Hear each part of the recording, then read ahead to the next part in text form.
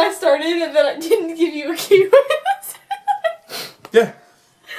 Is this gonna be another one of those videos? No. Roll it. It's already filming. Okay. Hi. How are you doing today? That's not how we started an MTG Goddess video. Well, I was taking the lead because you were over here in a fit. Yeah, but you gotta like take my phrase and say it. You can't start something new. Every video is hello, beautiful jellyfish. I'm sorry, what's up, beautiful jellyfish? Wow, I just messed up my own line. This video's starting out really Awful. well. This is great. This is amazing. This is on point. Okay. Fleek. What? Please stop! No! I was getting focused and you ruined my moment. That's what I do before I'm about to, like, when I used to act and I tried to get serious. And I know. I'm like, it's an actor thing. Just look like it. What's up, beautiful jellyfish? It's Tracy. And Ginger. John. You can call yourself. Me. You can call yourself Hi. whatever. Okay, cool. We're gonna do deck tech whatever. for you guys. Oh, stop. Don't say that. We're gonna be doing deck tech for you guys on Blue-White Control, which is the deck that I may or may not be switching to. I don't really know. This deck's really sweet. I top 8'd a PTQ with this. Some variation. Yes. Savage. Came in 3rd place. Savaged. Like a crazed woman. You just destroyed everybody. I did. It was really great. Yep. So we've been, a lot of people have been talking about how the Eldrazi are taking over and like what decks are really good in the meta right now. Bow down to our Eldrazi saviors. Yeah, so we're kind of like, yeah, we need to do something that beats, that deck. So we're just, we're kind of like working on this, and yeah, it's a pretty standard control deck. It doesn't run counterspell, or I guess untypical, like atypical control deck because it doesn't run counterspells. It's just like straight up removal. Yeah, this is an old style of blue deck, just like blue-white tap out. Like, you almost never do anything on your opponent's turn outside of, like, maybe a small removal spell. But the majority of the games, you just, like, they do things, and then you react to their things by doing a thing. Yeah. And dealing with them. A lot of sweepers. Oh, so many. Which is so good against the Eldrazi deck. So many so sweepers. Good. And then you're all like, oh, I can't, like, blow up, like, an Ulamog. Have to exile it or something. Oh, so good. Okay, so we're gonna get started on the creatures. It runs 4 Snapcaster Mages. Yeah. Is that card good? Yeah, it's pretty good. Is it? It's like mildly Does it do anything? Isn't it just a 2/1? It's just a 2/1. Sometimes it's an Ambush Viper. My favorite mode. It's pretty great. Your opponent's all like, psh, you got nothing, and they go, Snapcaster. It's really good. And you get to cast things again. So good. So much value. Yes. It's an awesome card. Sweet. You're running blue and modern. It's a good card. Yep. Okay, then it runs, I'm saving the best for last. Wall of Omens. Wall of Omens. This card does everything. Card is great. Cards actually does everything. It blocks and it replaces itself. It buys time to your sweepers.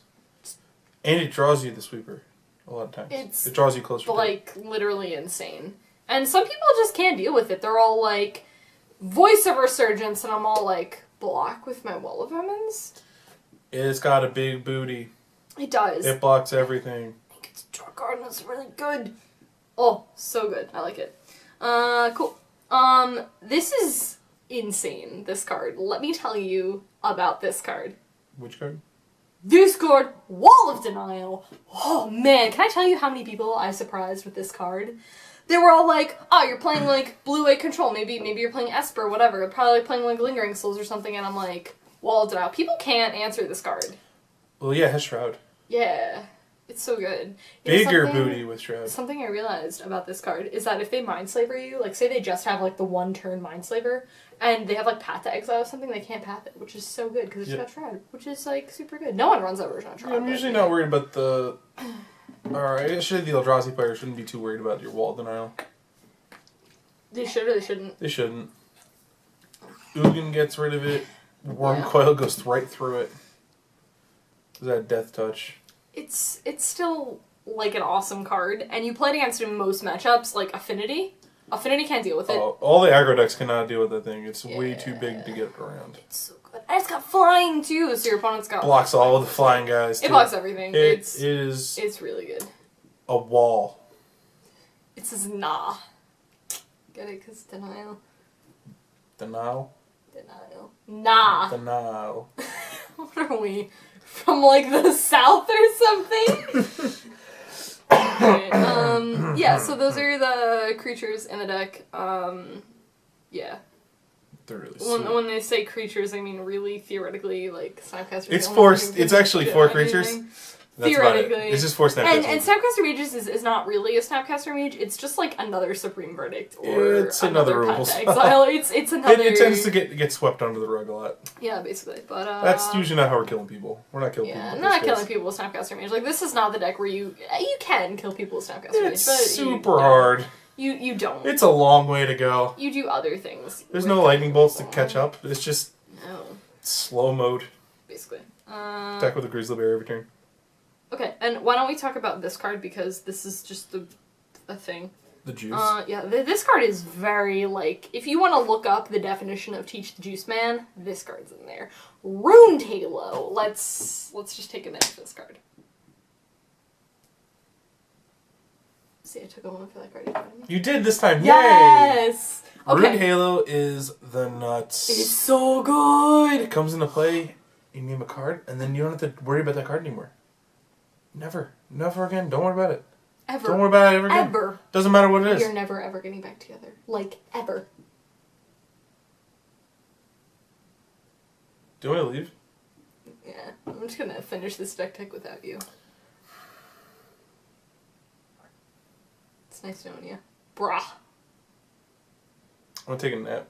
I'll see you later. Okay. You finish this. Okay, bye. Okay, Ruined Halo. Whoa, this card's insane because, like, I can't tell you how many people I'm all just, like, you just shut out of. Like, what is it? Is it Thought Knot Seer, the one that we Thought Knot talked Seer is about? really good. Yeah. You play a turn 2 Rune Halo against the Eldrazi deck on the play, and you name Thought Knot Seer. It comes into play, it can't take a card out of your hand, and it can't deal you any damage. So what's the point of it existing? Good. Even if you're doing, like, you're playing against, like, Abzan or something, and you're all, like, Tarmogoyf for, like, whatever, or, like, Liliana of the Veil or something. Like, it's just... just so I've done Rune Halo on Liliana of the Veil in Yeah. testing. I played against Jund. He had a Lily that's about to ultimate, and I just Rune Halo, and he couldn't target me with the ultimate. Yeah. It's So great. this card is basically just like nah, and like I think that it's definitely a card that needs to, like, when people talk about White, they should talk about this card because it's so fantastic. Yeah, it's a card that, like, even I forgot about forever until I got this list based off of a list that Top 32'd the Open like 2 weeks ago in Charlotte. Yeah. And was it Charlotte? I don't know. Whatever. And yeah, there was a blue-eye control deck that broke the top 32, which was like 25 Eldrazi decks. Yeah. And like 8 to 10 other decks, something in that area. Yeah. Affinity and Yeah. the like. Yeah, and this deck broke through, and I saw Ruined Halo, and I was like, how did I forget about that card? Yeah, it's insane. It's absolutely insane. And the fact that even if you're not doing like a creature like Tarmogoyf doesn't have any like target abilities, you can't take damage from it. It's just like so good. Them tapping out, putting a huge threat into play, and then you just go Ruined Halo, I don't care about it. Yeah, basically. Really, really good against like I mean, the affinity matchup is already insane, but, like, it's really good if you're all, like, Inkmoth Nexus or something, and you don't have to worry about dying to, you know, infect damage. This card does actually everything. Everything. So good. I don't think I like it in, a tricolored deck, though, because it's double white, and it's just straight blue white. It's so good. Alright, now we're going to talk about sorceries. So, my build, when I got third place, was a little bit different, where it runs Spreading Seas instead, but this build runs Serum Visions, because this card's, like, insane.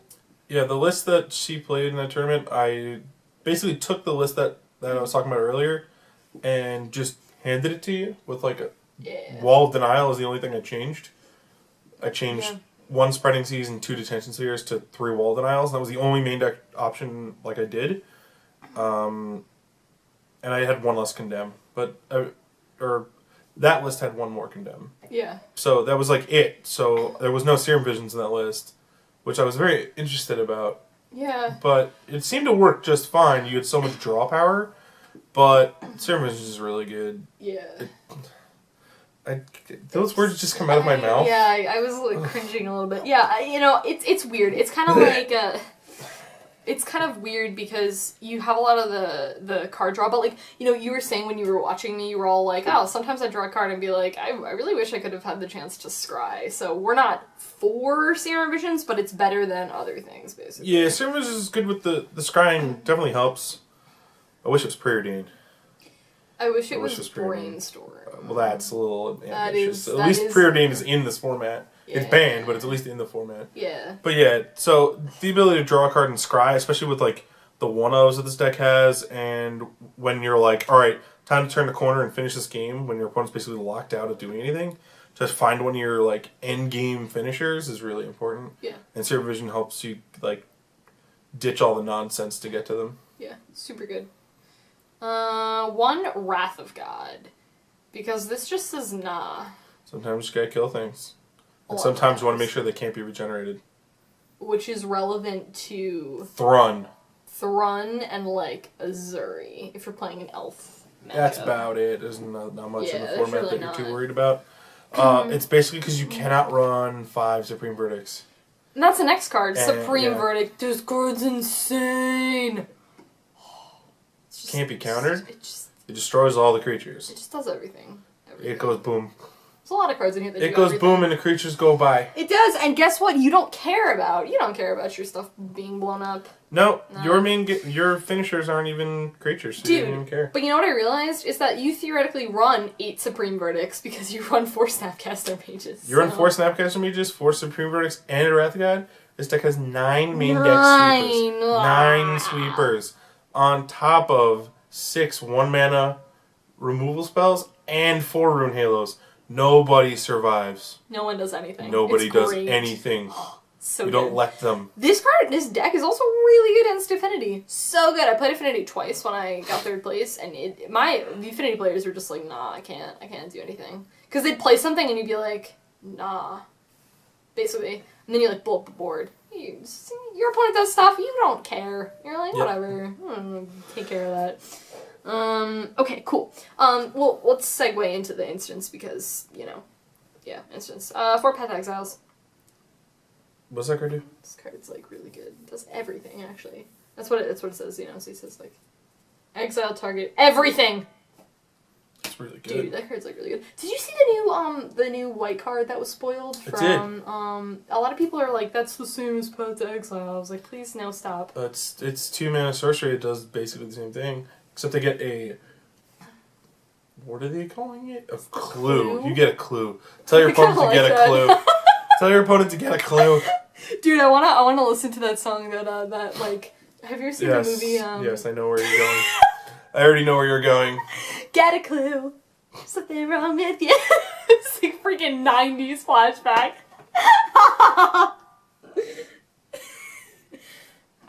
Want to watch Clock Stoppers too? Wait, what? You ever seen that one? No, what's Clock that? Stoppers? What's that? Oh, it's when the kid has like some high-tech watch and he like freezes time. Oh, dude, I know what you're talking about. Yeah. Yes. Okay, we're gonna watch something. It's like that same era. And I don't know what we should watch, but maybe So yeah, we should. Path to Exile is really good. I was telling this story. Oh, I'm sorry. I was trying to get us back on track. We were getting a little crazy over here. Okay, yeah, Path is really good. Because it's really, really good. So, talking about the Tron and Eldrazi 2, when they run like a really, really big thing like Kozilek Ulamog and it's got Indestructible and you're all like, well, I can't Supreme Verdict that. You just say, Path to Exile, your dude. Go on a trip. And they don't run a lot of basics. So you just get everything with this card. You're like, exile target creature, you don't get anything. So good. Mm-hmm. Cool. And speaking of exiling things, Condemn. Condemn. It's Path to Exile's number 5 and 6. Not as good because you can't hit things that aren't attacking. But, fun fact, this happened to me against Justin last night when we were playing the Affinity matchup. He goes, play Spellskite, animate my Inkmoth Nexus, attack with my Inkmoth Nexus that has a cranial plating on it. And I was like, well, I'm going to condemn your Inkmoth Nexus. Dude. Guess what you can't do? You can't redirect it because Spellskite's not attacking. What? It was so good. I felt so good. Oh my gosh, I've never thought about that before. It's so good. Oh my gosh. Ironically enough, the downside to it is it has to be an attacking creature. The upside is that Spellskite, unless it is attacking, cannot redirect it, which was nuts. Because if that was Path to Exile there, I'd probably lose that game to an infect damage. Yeah. But because it was Condemn, I told him to tuck it and run. Dude. Alright, that's sweet. Condemn. Super awesome. I made a huge misplay when I was actually playing against one of the Affinity players. You were there for this when he was all like, attach my thing to cranioplating, and I was all like, condemn it. I totally messed that up. I didn't see that. What was it? It was when I played against the second guy. He was all like, I don't know, I made a misplay. Anyways, so they do gain a bit of life, which you don't really care about, and you just get rid of something, and it's really good. Speaking of gaining life. Sphinx's Revolution! Yo! This card, though. This card. Every time I cast this card, I was all like, yeah. Dude, I was playing against that Affinity player, and I was like turn like 7 or something or whatever, and I was all like, Sphinx's Rev, and he just was like, this game is not going over for me. Shuffle my cards, scoop my cards when you're playing against an aggro deck and you get to mana where you can Sphinx's Rev for like 3 to whatever cards, a lot of times I just go, well, that's probably Supreme Verdicts, and we're dead now. Or Snapcaster Supreme Verdict, I'm probably dying. Yeah, basically. That's the main reason Sphinx Revelation is in this deck, because a lot of times, with Sphinx Revelation in the deck and Snapcaster Mage, you can be a little bit liberal with your sweepers. Like, you could just 1-for-1 your Supreme Verdict into something. Like, they play a threat, and you don't have like a path or anything. You don't have to take damage, just verdict it away, because you have Revelation, so you can just draw a bunch of them. Yeah, basically. Especially with 9 sweepers between Snapcasters and the sweepers. And the other cards in the deck. Yeah. It's super easy to deal with things, so you can just not even feel bad about, like, casting Rune Halo on a random thing. Yeah, basically. Yeah. I've definitely done that, like, when I was playing the deck. I was all, like, it felt kind of weird because, like, one turn I'd be like, I'm gonna path your thing, but the next turn I'm gonna be like, I'm gonna cast a board wipe anyway, just that I can save myself some bit of damage. But Sphinx is where you get to gain life, which is really You get to gain life, which gives you more time to get to your finishers, and it draws you more removal spells. Yeah. And a lot of decks can't keep up with the card advantage. It's so good. So good. Okay, now we're gonna talk about my favorite. Oh, no, we're talking about this first. 100%. So I have to say the best for last, you know. Gideon Jura. Gideon Jura. He's bro. He's a big bro. He's a big bro, yeah. He attacks for 6. Yeah. He also kills creatures. And he also fogs. All of the things control decks want. They want a big guy that can beat. That's really hard to kill, because he's really hard to kill. Yeah. They want to kill their opponent's creatures, and they want all of their creatures to, not be dealt any damage. They don't want to take damage from the opponent's creatures. And Gideon goes up, his first ability, +2, puts him up to 8 loyalty. That is a lot of damage to be dealing to him. And it fogs for a turn. And then, if he's left alive, his -2 destroys one of the creatures that just attacked him. It's super good. When I was playing against one of the Affinity players, he was all like, I got a big board of stuff, and I was seriously dead on board, and I was all like, Gideon Jura, make all of your creatures, they have to attack Gideon.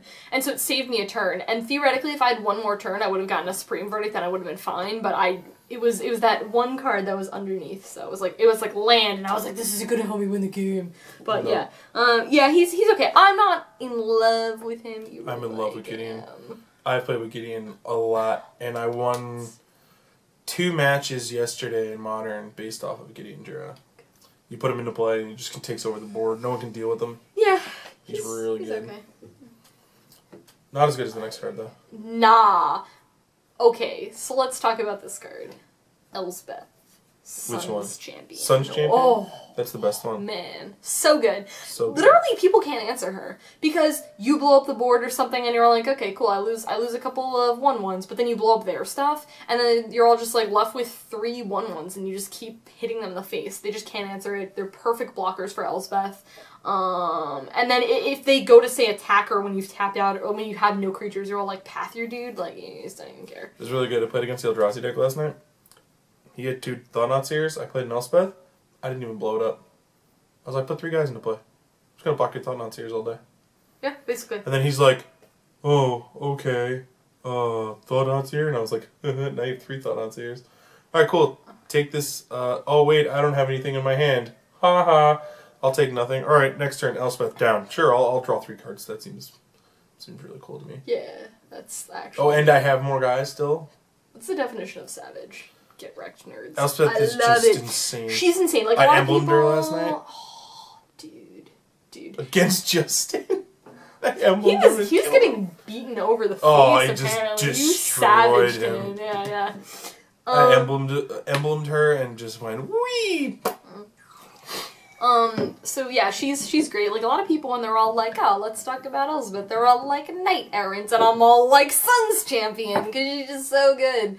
Oh, man. And then you get her emblem off, and then your tokens have flying, and +2/+2, and the game is just over. Oh, sorry, all your creatures have +2/+2. Your Wall of Omens get 2 power. Oh, man! So your Wall Denials. Oh, so good. So good.